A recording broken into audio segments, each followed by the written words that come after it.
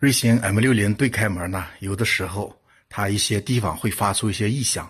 现在呢是这个地方有点异响，大家听，啊，听到了吧？在这个车行进间呢，它因为这个车身的颠簸扭动，它这呢也会发出一些这个异响跟噪音，但是没有现在大家听到这么声音大。现在呢，把它调整一下，把这个门打开以后。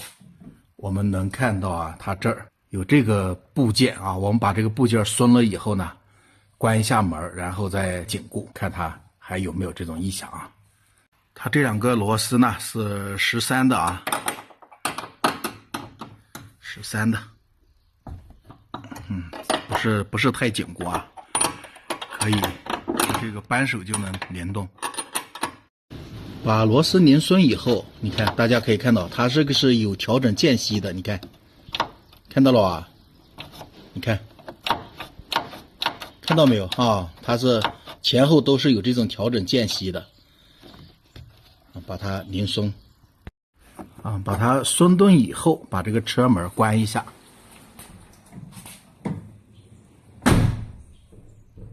你看。现在关上车门以后呢，挤压啊，它就没有异响了，没有异响。现在就没有异响的这个位置呢，把它紧固啊，把这个螺丝上紧。其实很多这个时候呢，有些调整并不难啊，不是那么太难，大家不要把它想得太复杂了。有的时候像咱们国产这种面包车啊。它就会有这种异响，这个最后呢，紧固的时候稍微用点力啊，嘿，啊，把它，没问题了，试一下啊，来关门，把门关上以后，我挤压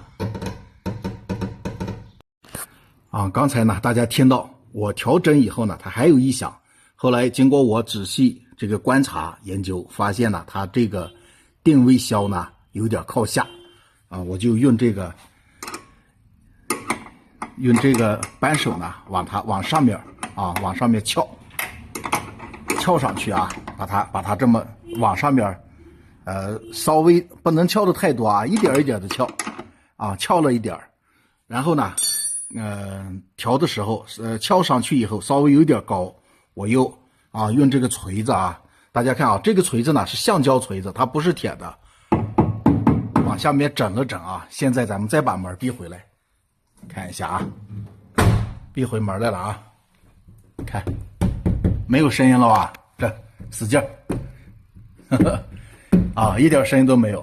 待会儿呢，咱们到路上开起来啊，在路上跑一跑，看看如果没有声音的话，它就说明那个定位销呢正好就在那个窟窿眼里面啊，四面橡胶，它就。啊，不产生这种摩擦。好了，搞定了。啊，分享老甄的车子呢一些维修的小技巧，希望呢大家有同样啊有这种车的可以用得到啊。啊，经过我回家呢10几公里的好路跟烂路的路试检测，后门零异响啊，没有一点点异响了，烂路上那么颠簸也没有异响了，说明呢已经修好搞定了。